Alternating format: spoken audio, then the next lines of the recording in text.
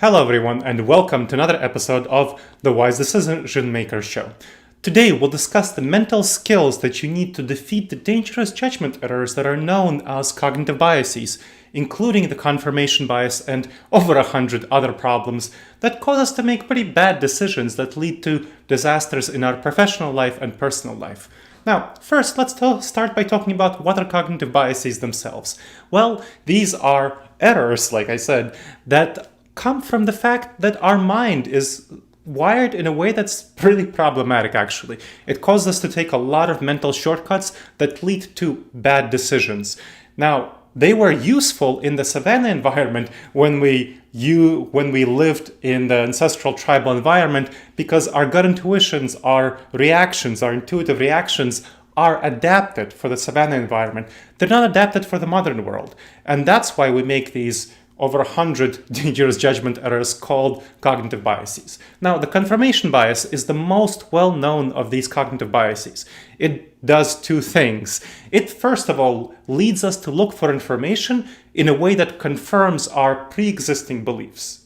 That's first. Second, it causes us to interpret any new information we see, whether we look for it or we don't look for it, in a way that conforms to our pre-existing beliefs. So that's the confirmation bias. Now, we fall into the confirmation bias and other cognitive biases when we follow our gut reactions. Now, for example, let's in our everyday life, in our modern life, we treat every bad piece of news that we get as though it's a terrible, terrible thing.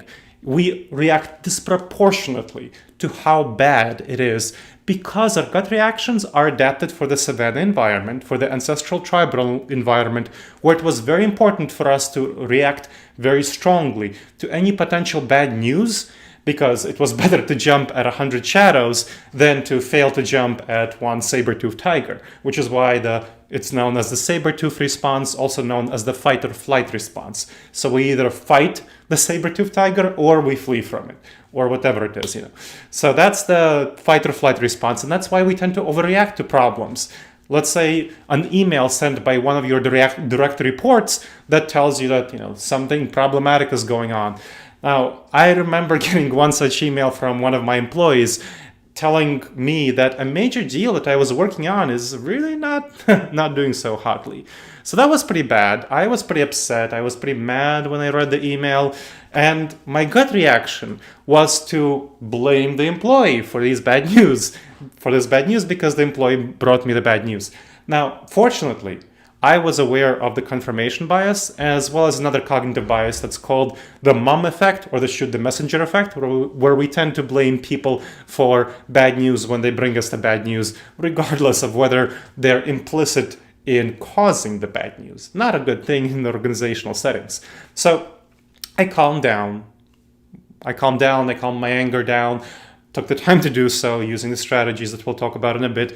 And I thought about the situation. I realized that somewhere in the back of my mind, I had an inkling that there might be a serious problem with the deal that I negotiated, but I just wasn't looking for that information. I was just kind of flinching away from that information, from these ideas, and I didn't want to disrupt my happy, pleasant thoughts and everyday experiences by going and looking into that potentially bad information. Yeah.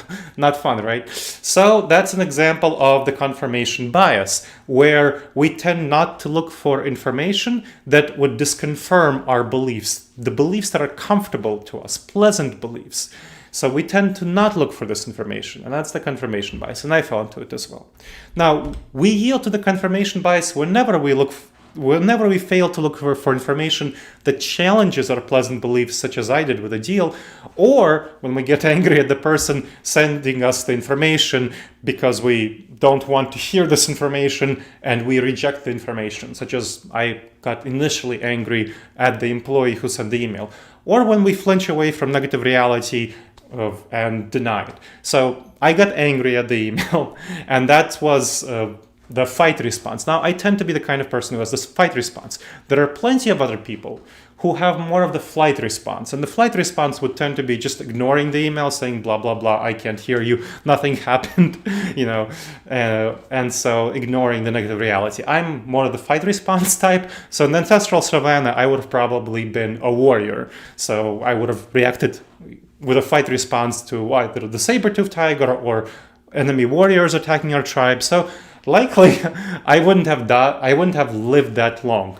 But if I did live for a while, because I was a successful warrior and you kind of got into the chief war leader position, I probably would have passed on my genes to a lot of people. So, for example, the famous war leader Genghis Khan of the Mongols, we know from research that his genes are found in about 5% of the world's population. So, you look around you, 1 out of 20 people is likely to have his genes. So that's how these warrior fight genes tend to be passed on to the current generation. And so we are the descendants of people who had this fight response, as well as some of the people who chose to flee and had the flight response. So that's the ancestral tribal environment. In the modern environment, it doesn't serve us well. Now, the much more effective response to getting bad news at work is to calm down, analyze the news, talk about it with a subordinate who brought you the bad news, and take next steps to resolve the problem. Calm next steps, not aggressive. Accept the information, internalize it, take the next steps that are necessary to resolve the problem.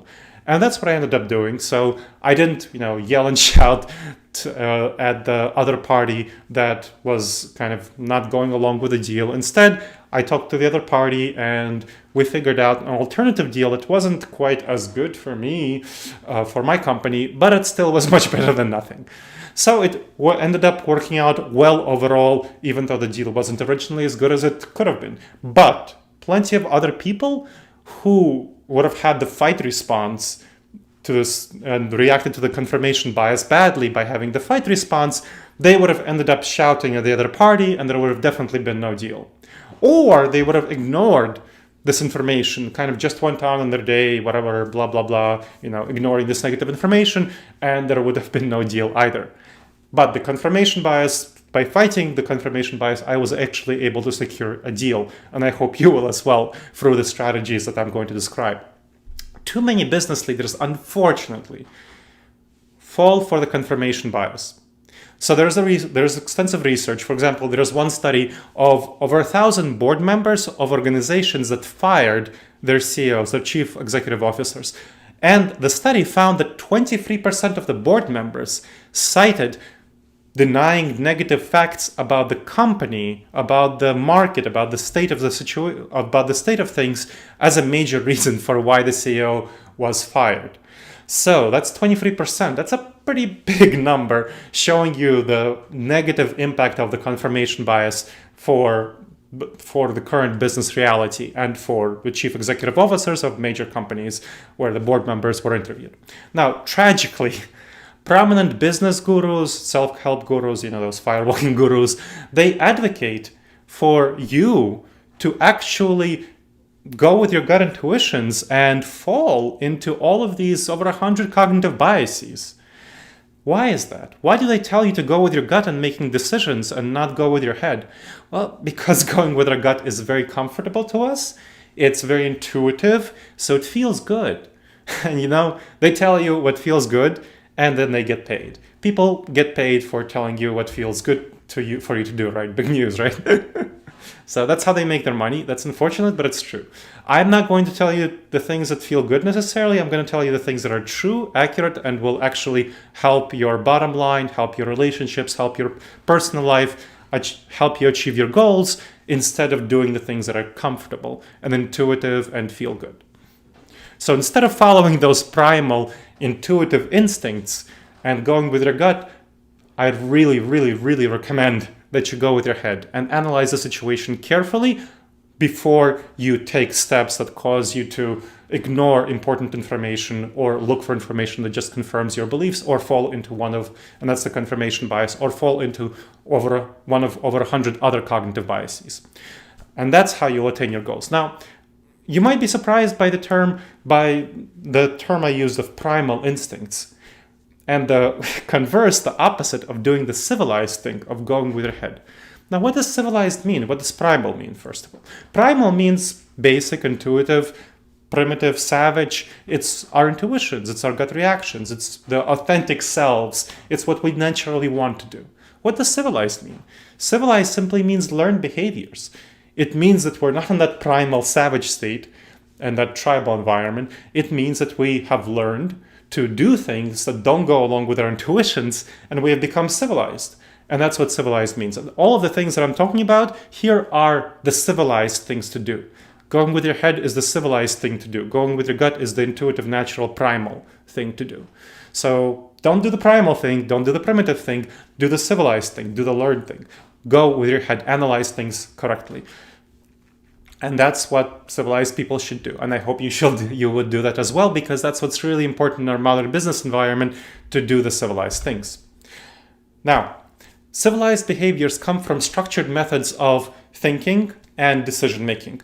And I talk about structured methods of thinking and decision making extensively in my work. So there's lots of structured decision making processes that I describe that would both help you make the best decisions and implement them most effectively. However, plenty of time we don't have the opportunity to do the structured decision-making process or even realize that it's necessary. So besides the structured decision-making processes, and there'll be some links in the show notes to the structured decision-making processes, you need to develop some mental skills. And that's what I was talking about in the beginning, the mental skills and habits that you need to develop to address confirmation bias and other cognitive biases. So these mental skills, these habits, they are things that you internalize into your everyday activities. Just like you learned how to talk, let's say. That's a civilized learned activity. Just like you learn to brush your teeth. Just like you learn not to interrupt others. Just like you learn to delegate things effectively. Just like you learned to communicate well with your colleagues. These are all the 12 mental skills that I'll talk about are similar things that recent research has shown are very important in fighting the confirmation bias and over 100 other dangerous judgment errors. Now, when you'll learn these skills and integrate them into your everyday activities, which will take a while, but it's definitely doable and effective, and I've seen plenty of my coaching and consulting clients do so quite effectively. And of course, I do so, and plenty of other people I know. Here are the things that I can tell you that you'll gain from doing so. Now, these abilities will enable you to predict when you or someone else is about to fall into one of these cognitive biases. So that predict and hopefully prevent that problem from happening. So it will definitely enable you to be much more likely to predict, and then with that knowledge, you're much more likely to be able to prevent that problem from happening.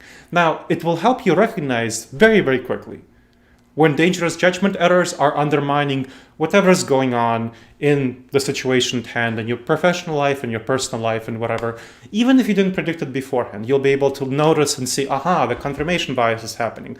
Or, aha, the planning fallacy is happening. The planning fallacy is our tendency to assume that our plans are wonderful and will just go according to plan. Or, aha, the shoot the messenger is happening when people are, again, blamed for negative information that they brought to the situation. Not good.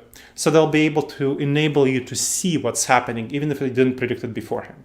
Now, they'll also help you recognize and take steps in the moment that you need to take, even when you didn't have time to predict them, to address these dangerous judgment errors, whether the confirmation bias or over 100 other dangerous judgment errors. You'll be able to take the steps that you need in the moment to address whatever is going on. So even if you didn't predict it, which is, it's kind of hard to predict sometimes. Sometimes you can. Sometimes it's kind of hard. So you need to react in the moment instantaneously to the presence of one of these dangerous judgment errors. And you'll be able to teach others in your organization, your professional network, all the people you care about, personal life, of course, to be able to spot these mental blind spots and protect themselves from it by predicting, noticing, and preventing these dangerous judgment errors, these cognitive biases, from impacting them negatively. So these are the mental skills. So what they will enable you to do. Now let's talk about the mental skills themselves. Skill 1, identify and plan. That's the first skill. So first, we need to identify the various dangerous judgment errors that are happening in the situation, in your life, for you personally, in others, in your organization, in your relationships, whatever's going on. And then you need to make a plan to address them. Now, gaining awareness of the problem, the dangerous judgment error, whether it's the confirmation bias or over 100 other cognitive biases, is the first step to solving it. Sounds obvious, right?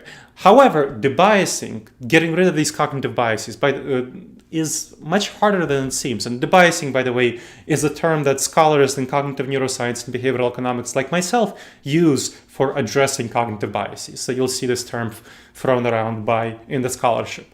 And so that's the term is, again, debiasing. Wouldn't it be wonderful if you could just read a book or listen to a speech or listen to a show much like this one and learn about these over 100 cognitive biases, and then voila, you're cured. It's like magic, right? Doesn't work that way, unfortunately. I wish it did.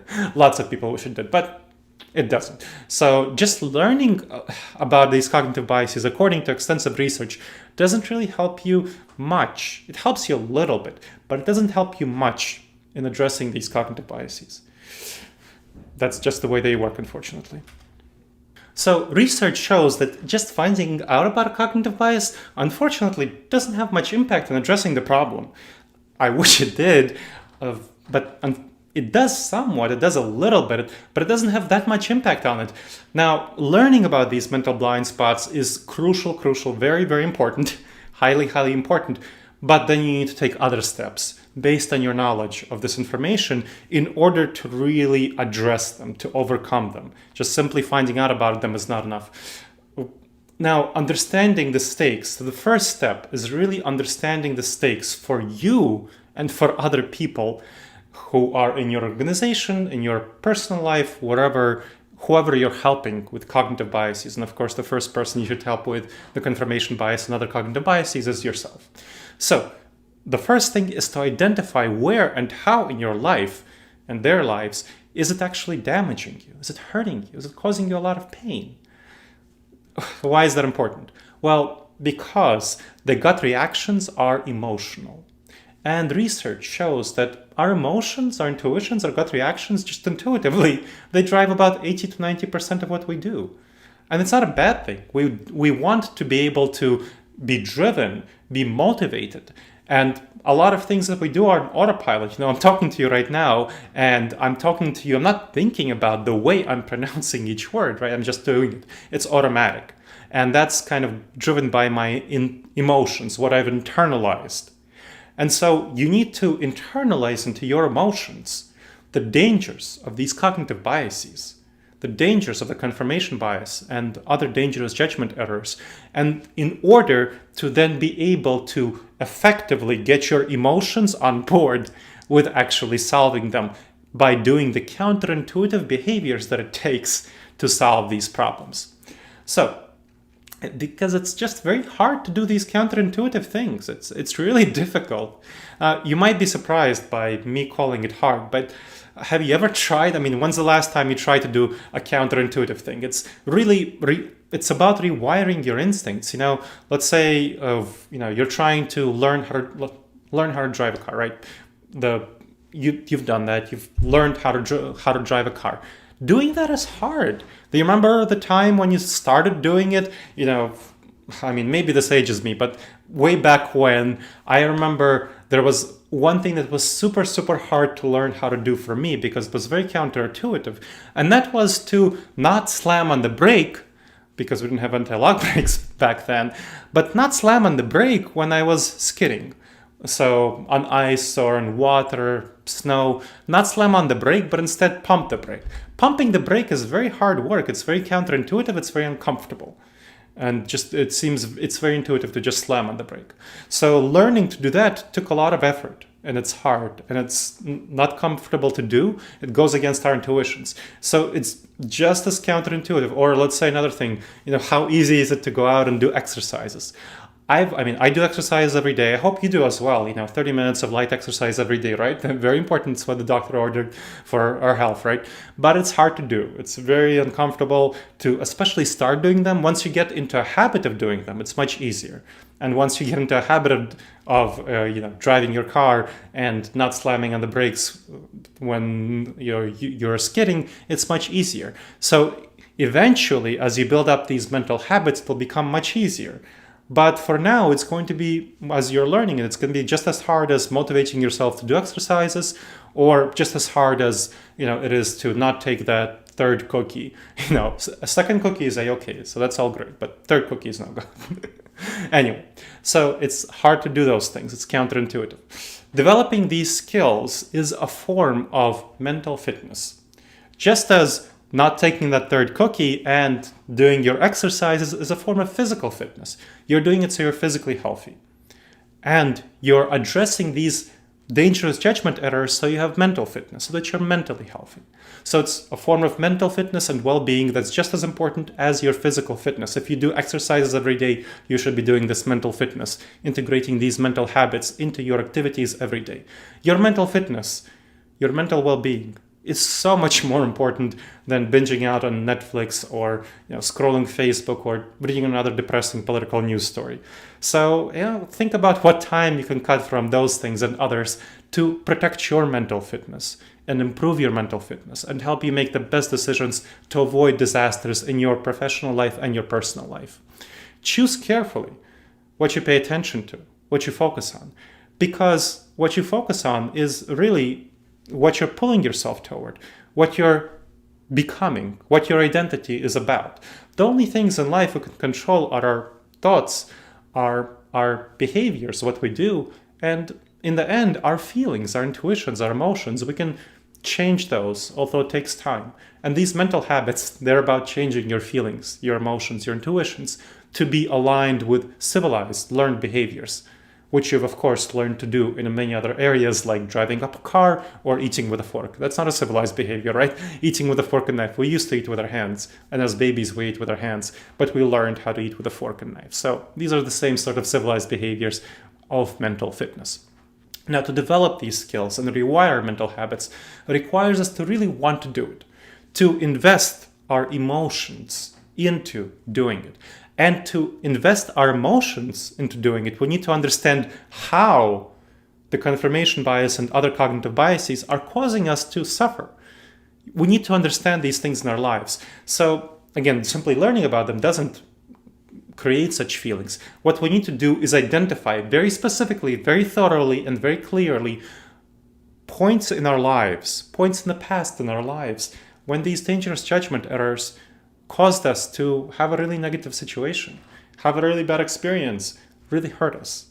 So think about back to past decisions that you've made that you regret now, and think about how much they hurt you and how they could have been much better off if you had not fallen into whatever error happened that caused you to make that bad decision. Now, that's an example of how you would do it. Now, there is fortunately, you don't have to think through every specific situation. There is an assessment on the 30 most dangerous judgment errors in the workplace that I developed. So there are over 100, like I said, and something that some people do is read through each of the 100 cognitive biases and look for it in their lives and see how it hurt them in their lives. And that's a good strategy to do. I narrowed it down to the 30 most dangerous ones and focused on the specific behaviors that you'll see in the workplace that you and your team in the workplace can do and take it and see how it impacts your workplace, your organization. And so that's a very effective tool to see and identify and specifically even get the specific numbers, dollars on the page of how it hurts you and how it causes you damage. And that's going to be linked in the show episode notes. But that's really not enough. Even identifying the problems is not enough. Why? Well, if you identify the problems, it's kind of like really disliking how your weight. Let's go with that. So we're talking about cookies and we're talking about exercise. It's like you really don't like how you look and your current weight, and you want to lose weight and you want to become more fit. So you want to do, not take that third cookie, and you want to do a lot more exercise. Good thing to do, right? But if you don't know how to do it, you don't make a concrete plan, it's very unlikely that you'll do it. You'll just become sad and depressed, and you'll eat more cookies to feel better. Not that I ever did that, of course, but it happens. Anyway, so what you need to do is develop a specific and concrete plan for how you will address these dangerous judgment errors. So how you will increase your mental fitness just as you're increasing your physical fitness. And to help yourself and your team improve your mental fitness and avoid these dangerous judgment errors, make much better decisions, avoid business disasters that follow, you can integrate the 12 mental fitness skills that I'm talking about here And this was just the first of these 12 mental fitness skills, as well as the structured decision-making processes into your everyday organizational policy. And again, those are linked in the episode notes. So let's talk about the second skill, delay decision-making. A great deal of the biasing, a great deal of the techniques to solve cognitive biases have to do with delaying our decision-making. Slowing it down, delaying it. Taking the time to address these dangerous judgment errors through thinking about them calmly. So like I reacted with the email, I didn't just immediately blast my subordinate or go to the other party in the deal and start shouting and yelling. I delayed. I took the time to think about what's going on and to address the subordinate calmly and address the other party calmly. So a really good technique here is for relatively minor things, you're stressed out about an email, to just count to 10. Our mother was right. Your mother was right. Just counting to 10 and will get you calmer and will help you react more intentionally. It will be very helpful, really. Like, that's a research-based strategy. That's something that really works to address the dangerous judgment errors that cause us to make really bad responses in the moment. Now, that works for somewhat minor things. When you have a stronger emotional arousal, it takes more time. It doesn't take 10 seconds. It takes more time to address it. So there's a thing called to switch from the gut analysis to the head analysis. There's a thing that it's called the sympathetic nervous system and the parasympathetic nervous system. The sympathetic nervous system is the system of our mind that is activated when we have the fight or flight response. So it's also called, so that's the sympathetic nervous system. The parasympathetic nervous system takes about 20 to 30 minutes to activate after that system. So the sympathetic nervous system shoots adrenaline, cortisol. These are stress hormones for our body, getting us ready for fight or flight in response to some kind of really bad news at work or something like that. You don't want to respond by fighting or fleeing. You want to take 20 to 30 minutes to calm down and respond calmly. And that's where you would take the time to delay, sit in a quiet, calm place, take the time to address the problem, think about it calmly. And that's when the parasympathetic nervous system, also called the rest and digest system, turns on. What's really helpful in turning on that system, and also in greatly increasing your ability to focus on your responses and to be aware of your responses, which is very important in addressing these dangerous judgment errors, is mindfulness meditation. You might not know, you might be surprised that I'm talking about mindfulness meditation in this really research-based context. But mindfulness meditation has been researched for a while, and there are a number of forms of it that I can strongly recommend that have been shown to be highly effective in addressing dangerous judgment errors. Now, why does it help? It helps partially because of a combination of delays. So when you're doing meditation, you're sitting and focusing on your breathing, for example. That's one of the forms of meditation that has been most studied and shown to be highly effective. Just sitting down, focusing on your breathing, being calm. You're delaying yourself from responding immediately. And you're learning how to focus. If you're just focusing on your breathing, it's kind of hard to focus on your breathing because it's tempting to think about other things, worries at work, worries at home, worries in your, church, worries in your civic community. It's tempting. But if you learn how to keep bringing your mind back from these stray thoughts to your breathing, that's a very useful skill that helps you notice and address dangerous judgment errors. So that's mindfulness meditation. That's the third skill. The fourth skill, probabilistic thinking. This is a big one. Our autopilot system, the gut reactions, which is the autopilot system, doesn't do well with numbers, abstract analysis. It's a yes or no system, black and white, binary thinking. So using probabilistic thinking, which is also called Bayesian reasoning after the person who discovered the Bayesian theorem, Reverend Thomas Bayes, it basically involves evaluating what is the probability of various outcomes by putting numbers on them. Not saying yes or no, but saying, there's a 33% chance of this happening, and there's a 55% chance of this happening, and there's an 80% chance of this happening.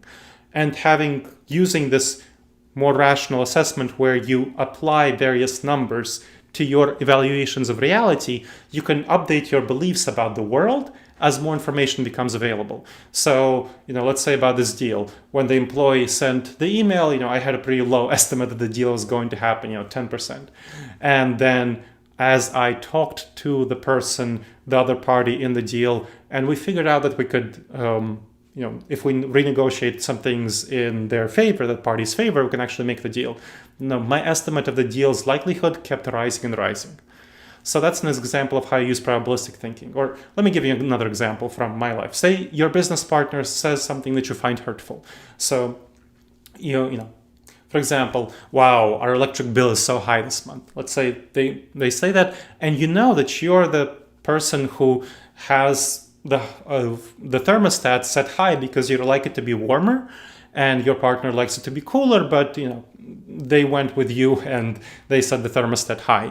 And so you intuitively want to kind of, respond to that. And a fight response would be saying something like, well, let's say that your business partner didn't bring in as much business this month as, they usually do. So you could say something, hurtful, like, well, we wouldn't have to worry about the electric bill if you brought in more business. That drama follows, right? Not good. You don't want that situation to happen. By contrast, probabilistic thinking will lead you to assess the probability that your partner wanted to hurt you with that statement, and look for evidence that they're actually trying to hurt you. So, for example, you can ask, did you mean to say that the electric bill is so high because I leave the thermostat on? And high, is that what you meant to say? And then your business partner can answer, well, last month you left the thermostat on high, just as you did this month, and the electric bill was only a third of what it was right now.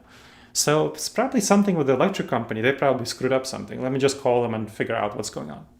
And then you find out, to your surprise, that your business partner didn't mean to hurt you. It was a completely different sort of situation, and you avoid the drama. So that's a way that you avoid problems in your relationships by addressing the dangerous judgment errors that come from lacking probabilistic thinking, lacking the skill of probabilistic thinking. And that's actually a conversation, it's a version of the conversation that I had with my wife and business partner, Agnes Vishnevkin, last year during the winter. So I'm talking from my personal experience.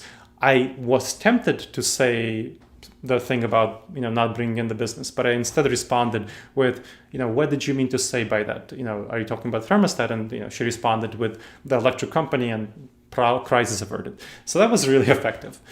So my question to Agnes reflects a really important aspect of probabilistic thinking, where you launch experiments to gain additional information, because our gut reactions tend to be vastly overconfident about what reality actually looks like.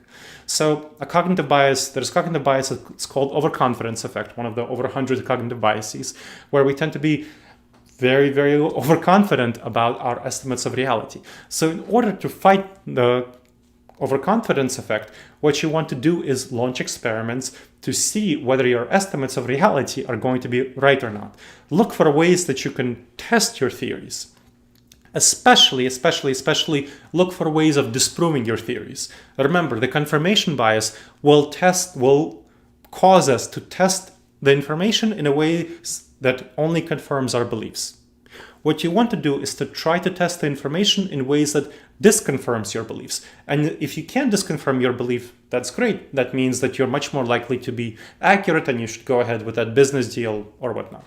Now, another key aspect of probabilistic thinking is using your prior estimates of reality to inform your future assumptions about what's going on in the situation. It's called the base rate, or the base rate probability, and it's also called the outside view. So you take the outside view on the situation. Let's say you're thinking about doing a merger and acquisition, or an acquisition. An outside view, you might have an inside view of the situation and say, I'm certain, very confident that this will be great, because you are looking at the situation and you like the other company that you're looking at, let's say, to acquire. But what's the base rate? According to extensive research, about 70 to 90% of mergers end up destroying value, hurting the company rather than helping. So your outside view perspective, your base rate, should be that the large majority, of more than two out of three acquisitions that you initially think are good are likely to be bad. More than 2 out of 3, because nobody's going to launch an acquisition that they think will hurt the company.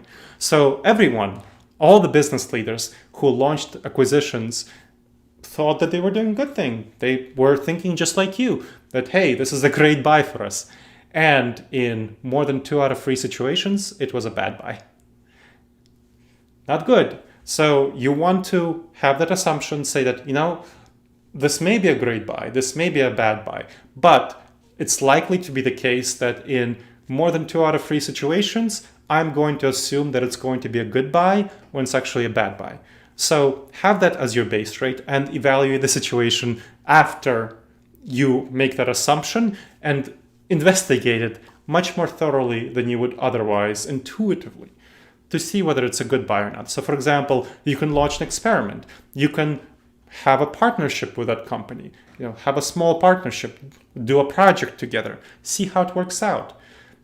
We tend to look at mergers and acquisitions, we tend to look very much at the externals of a company. What kind of patents do they have? What kind of what are their finances? What's their material wealth like? What kind of factories do they have, or something like that? What's the external resumes of their people like? If we want to do an acqui-hire, meaning an acquisition to hire the people in that company, we don't tend to look at the internals, which is the internal culture. What's their culture like? How similar is that culture to yours? We don't tend to look at that. And culture clashes are one of the biggest causes of failure of acquisitions and mergers. And that's why they're one of the biggest causes of destroying value. The other huge cause is systems and processes. One of the things that companies tend to vastly underestimate is the unique nature, the unusual nature of their internal systems and processes. Other companies are organized in a very different way. They often are organized in a very different way than you are.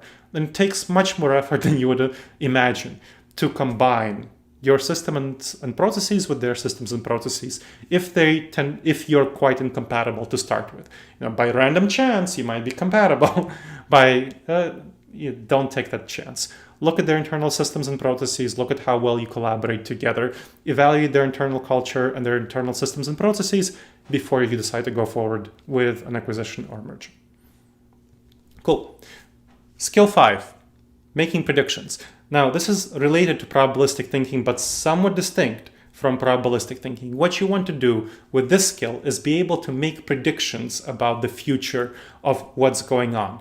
Let's say you think your customers will be pleased if you send them a holiday card. So that's your assumption. You're a small business owner, you want to send them holiday cards and you think they'll be pleased. Get a batch of Thanksgiving cards and then separate out your customers into 2 equal piles with similar demographics. So let's say one of the customer bases you work with is financial advisors. Separate out all the financial advisors in similar demographics into 2 batches, an A batch and a B batch. To the A batch, you want to send out the Thanksgiving cards. To the B batch, you don't want to send out the Thanksgiving cards. And you want to make a prediction in advance with yourself. You don't need to do it with anyone else. What do you think will be the impact of sending out the Thanksgiving card? Will you get more referrals from the A batch than the B batch? Will you get more repeat business from the A batch than the B batch? How much more business? How much more referrals? Let's say you predict 10% more referrals and 15% more repeat business. Cool. Send out the Thanksgiving card, or make a time estimate as well, just to be clear. Let's say within 6 months. And so make that estimate, send out the Thanksgiving card, see what happens in 6 months. Easy experiment. Doesn't cost you too much except sending out some Thanksgiving cards and tracking the responses. And then you'll know whether you should do the Thanksgiving cards or whether you shouldn't. It doesn't have to be 10. You don't have to hit those numbers 10%, 15%. Let's say you get 7% more referrals and 10% more repeat business. That might be sufficient for you. So you might want to decide that's enough and you keep doing the Thanksgiving cards or whatnot. That's great, that's fine. But you want to make a prediction in advance and see how well you match that prediction. And then based on the information you get, you might want to revise your activities. Maybe, send a, New Year's card or birthday cards if they have birthdays. That'll be quite a bit harder if you have their birthdays, but that'll be quite a bit harder. So send out some other cards. If there's a financial advisor day, might want to send out a financial advisor. April 15th, tax day. Send it out to all your accountant clients. There you go. So what you want to do is also make these bets when you're trying to decide something with others. Let's say you are the co-founder of a tech startup, and the other co-founder, you have a disagreement about something.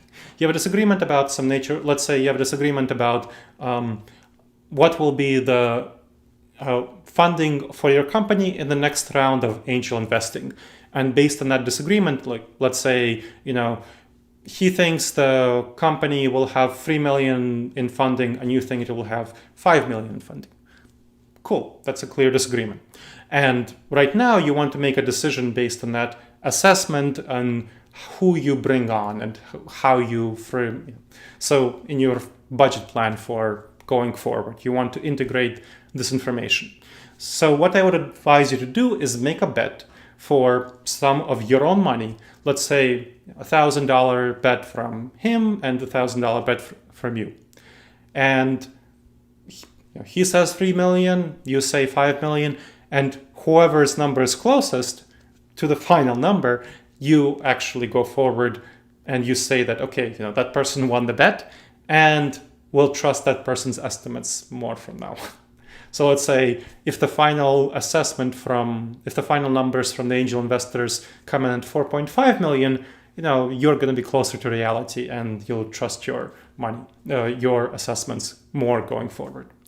And as for the budget, I would just suggest you average it out and say, we'll assume 4 million, but then in the future adjust based on whose assessments tend to be better. So the same sort of betting can be used for usually lower stakes in smaller businesses or at lower levels of an organization. So that's the fifth skill. Sixth skill, consider alternatives. So you want to consider alternative explanations and options. This is especially helpful for the confirmation bias. Let's say your boss is curt with you at work. And, usually she's not curt with you at work, but this time she's curt with you at work. Is she pissed at you? Should you start getting your resume and polishing it? What's going on? I've had coaching clients who fall into these sort of catastrophizing thinking, who think about, the boss is curt with me at work. What did they do wrong? They think about everything they do wrong. This thing. Maybe they're pissed because of this, and they tend to drive themselves up the wall. Not a good thing. That's one of the things we work on. Not good. So what you want to do is consider alternative explanations and options. Maybe her lunch burrito didn't agree with her. Maybe she's rushing to fulfill some, customer order or something like that, and she's just being curt because of that. So you're considering these alternative explanations and options, and then you're working to also combine it with the probabilistic thinking of launching an experiment. So you launch an experiment by approaching your boss later when she doesn't have anything going on.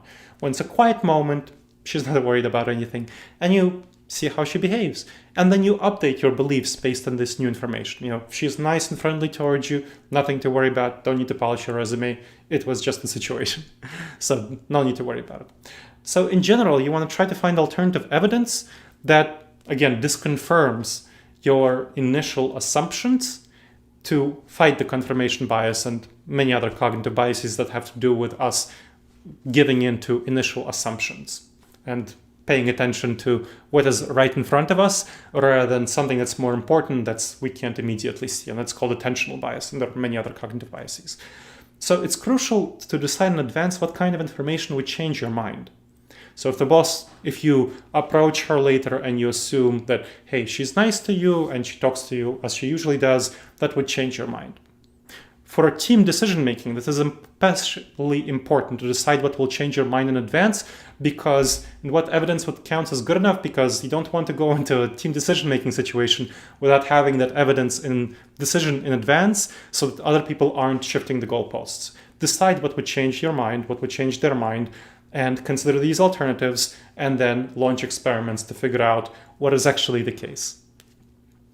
Let's say you might be hesitant to hire someone. You, as part of the decision-making committee, might be hesitant to hire someone because you're not quite sure that she's the greatest fit for this role.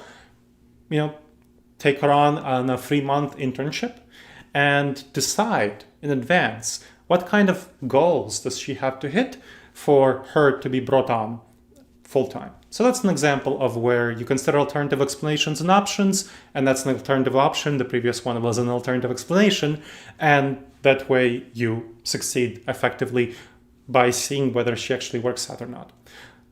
So that's an very effective strategy. What I mentioned before about doing the merger and acquisition, launching the experiment of having a short-term collaborative project is the alternative option. That's an alternative option to the option of immediate merger. And that tends to be much more effective than if you just do the merger. Because that initial information, that alternative option, when you get that information, it will help you make a much more effective decision going forward.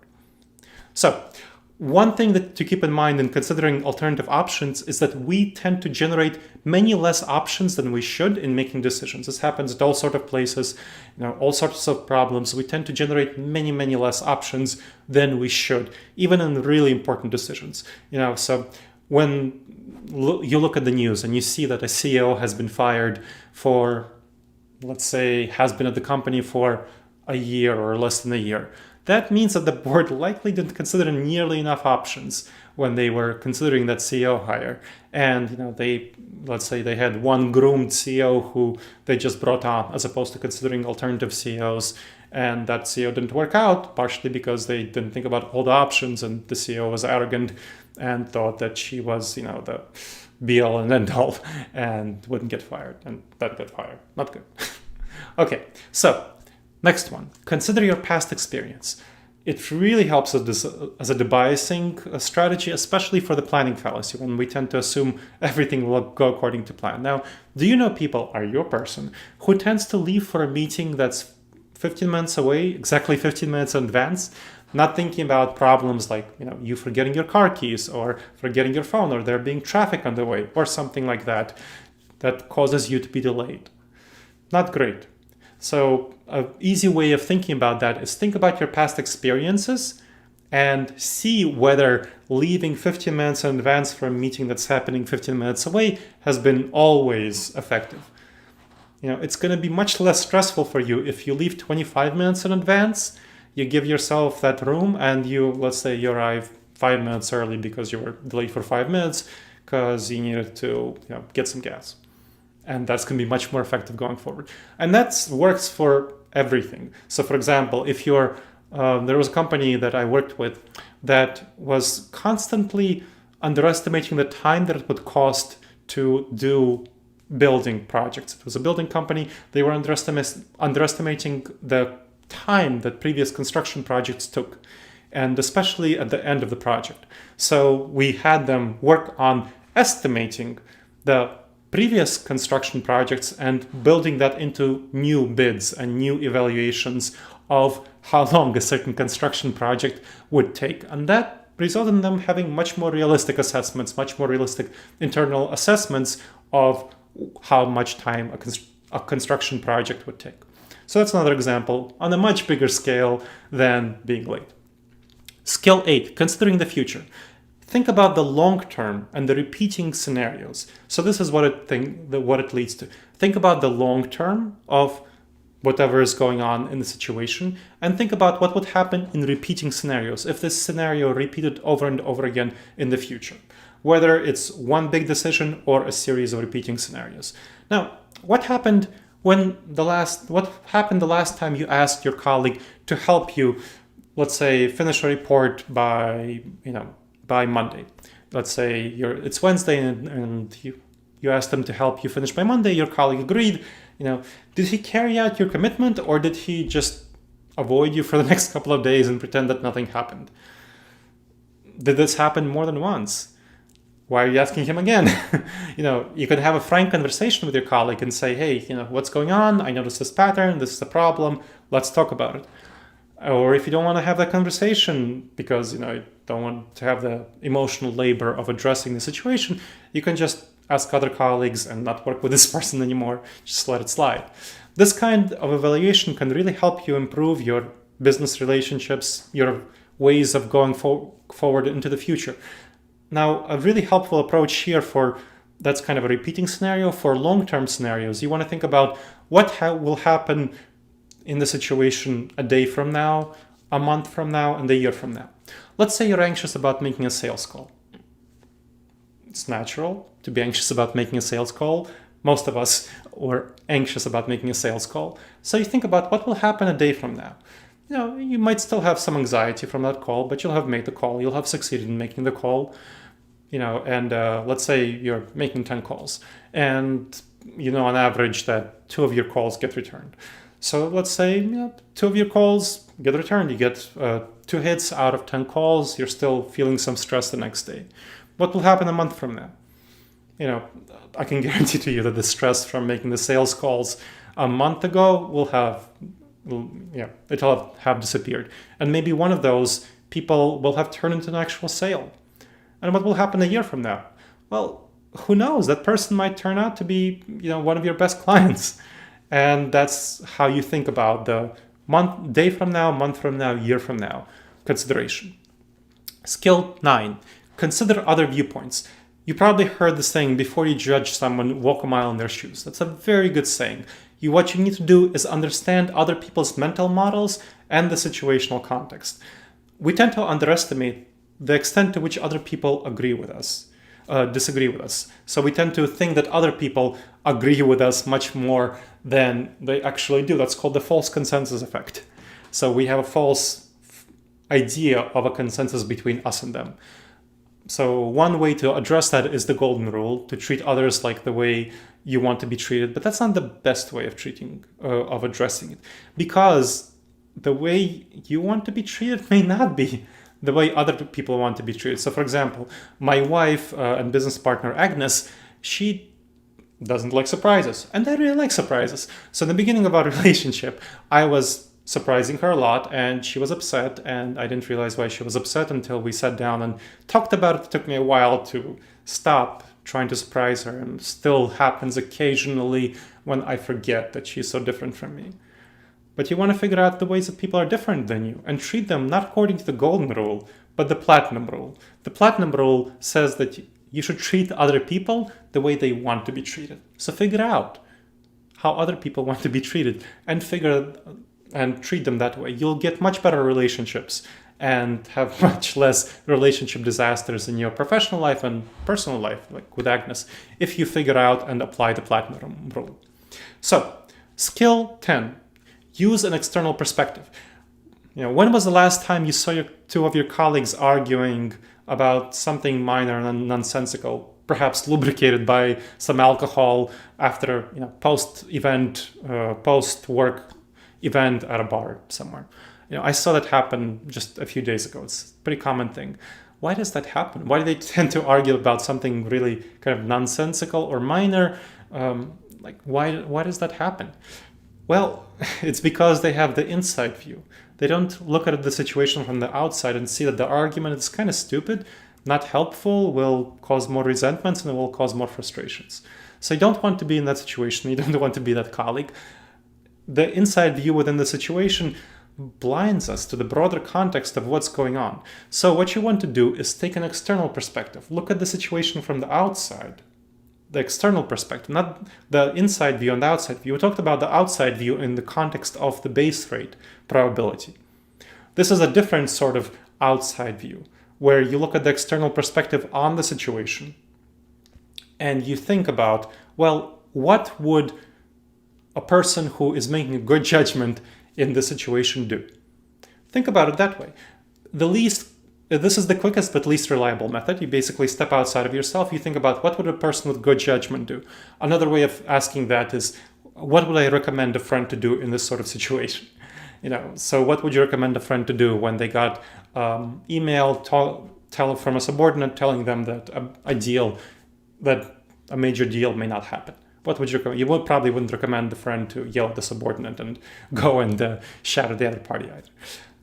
However, if at all possible, it's much more effective to get an external perspective from somebody else, not from yourself, especially from people who have the opposite kind of intuitive tendencies than you do. So if you have the fight response like I do, look at somebody who has the flight response.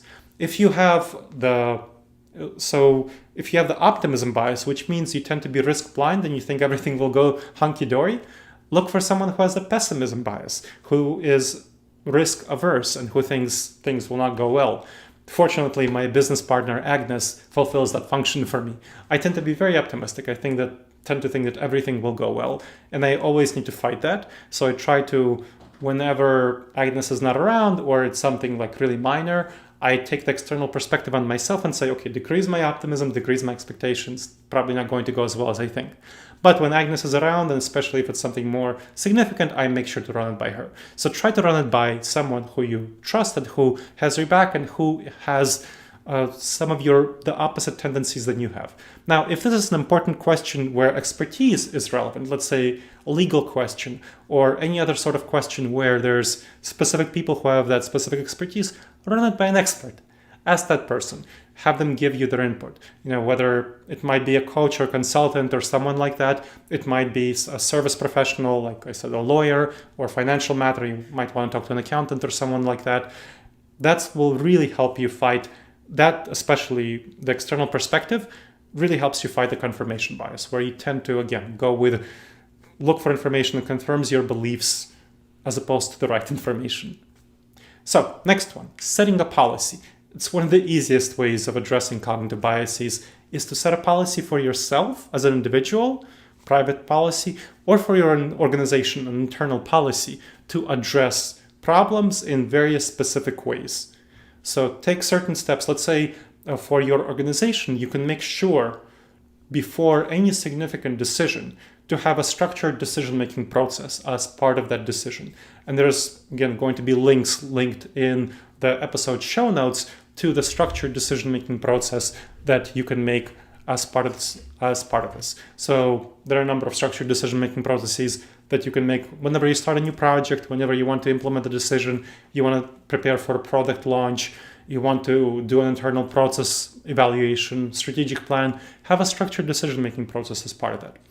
Now that's for major decisions. For more minor decisions, something that I recommend to all of my coaching and consulting clients is to just have this 5-question guide, 5-question checklist, just to have it on your desk. So it's a very quick and easy, effective checklist. So the first question is, what important information haven't I yet considered about this question? Second question, what dangerous judgment errors haven't I yet addressed? Third question, what would a trusted and objective external advisor suggest I do?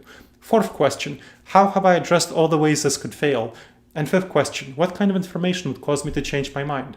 You can have an internal policy for your organization of always having that on your desk or having that as a poster or having that as a poster in offices to make sure that people ask these questions. And for yourself in your personal life, like I said, I have this on my office, my personal office, not simply my organization office, and I just use this whenever I have a decision, everyday small minor decision in front of me, like about an email or a project or about to publish an article and I'm thinking about things or where to submit it, or when I'm working with a client and I'm about to make a recommendation. And it's I'm just use that to think about things and prevent serious problems going forward when I use that strategy.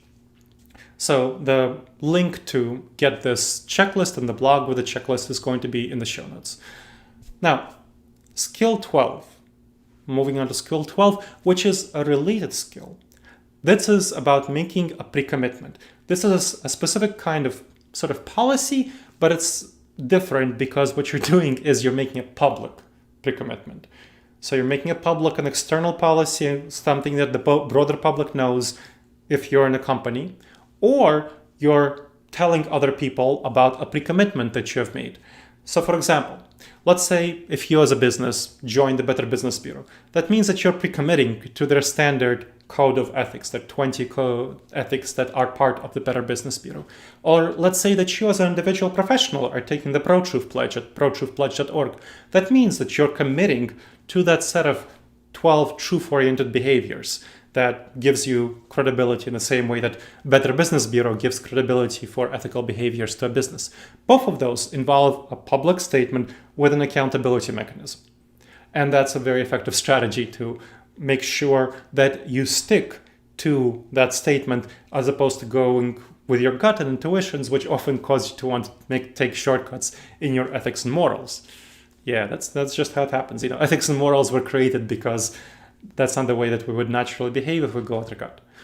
Or, for example, you make a pre-commitment to make a Facebook post and say, I pre-commit to losing 20 pounds by 3 months from now, or I will send a donation of $100 to the Democratic Party if you're a Republican, or the Republican Party if you're a Democrat, for example.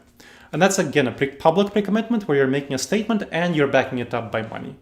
So that's another way of making a pre-commitment that's quite effective. So that's a really effective strategy to address any sort of problems that you are likely to fall into when you want to engage in a certain praiseworthy behavior, but you're struggling to make sure that you commit to that behavior. So this is the set of 12 behaviors that I wanted to talk about. I hope that they have been helpful for you, and they will be helpful for you as you integrate them into your behaviors to address the confirmation bias and the over 100 other cognitive biases that cause us to make really bad decisions that result in disasters for our businesses, our relationships, and our personal life, our health, and so on. My goal always is to provide you with outstanding value in making good decisions. And I hope that this episode has helped you do so. I hope that you've gotten that value, and learning about these 12 mental skills will indeed provide you with what you're looking for. And I want to hear from you. In the show notes, share whether it will provide you with that value. What do you think of these 12 mental skills? Where might you use them? How might you use them? How might you integrate them into your life? How might you integrate them into your company? Share your thoughts in the comments section. Now remember, there's going to be a blog with all of this information linked in the episode notes. And the blog will have much further information and will go much more in depth on these 12 mental skills. This is kind of more of an overview video, even though, as you can see, it's quite long because it's 12 skills and it's hard to integrate and adopt. Now, then I want you to also take a look at the other blogs linked in the show notes to the 5 key questions, the structured decision-making processes, and the 30 cognitive biases that I mentioned. Click like if you like this episode. Share this episode with others, people you care about, to help them avoid disasters in their personal lives and in their professional lives, in their businesses. Share it with others in your business, in your organization, to help the organization as a whole avoid business disasters. Make sure to subscribe to avoid missing future content from the Wise Decision Maker show. And follow me on social media to make sure that you get not simply the Wise Decision Maker show content updates, but all other content that I create that's outside of the show. There's blogs, there's books, there's lots of webinars and so on. And I also curate useful information that other people create, so you'll get useful information from them as well. You can learn much more about this in my book on these topics and how to avoid the confirmation bias and other cognitive biases and make the wisest decisions in business settings. It's called Never Go With Your Gut: How Pioneering Business Leaders Make the Best Decisions and Avoid Business Disasters. Now, the best free resource I can offer you is to sign up for my Wise Decision Maker course. There will be, again, a link in the episode notes for how you can sign up. And I really hope to see you on the next episode of the Wise Decision Maker show. The wisest decisions to you, my friends.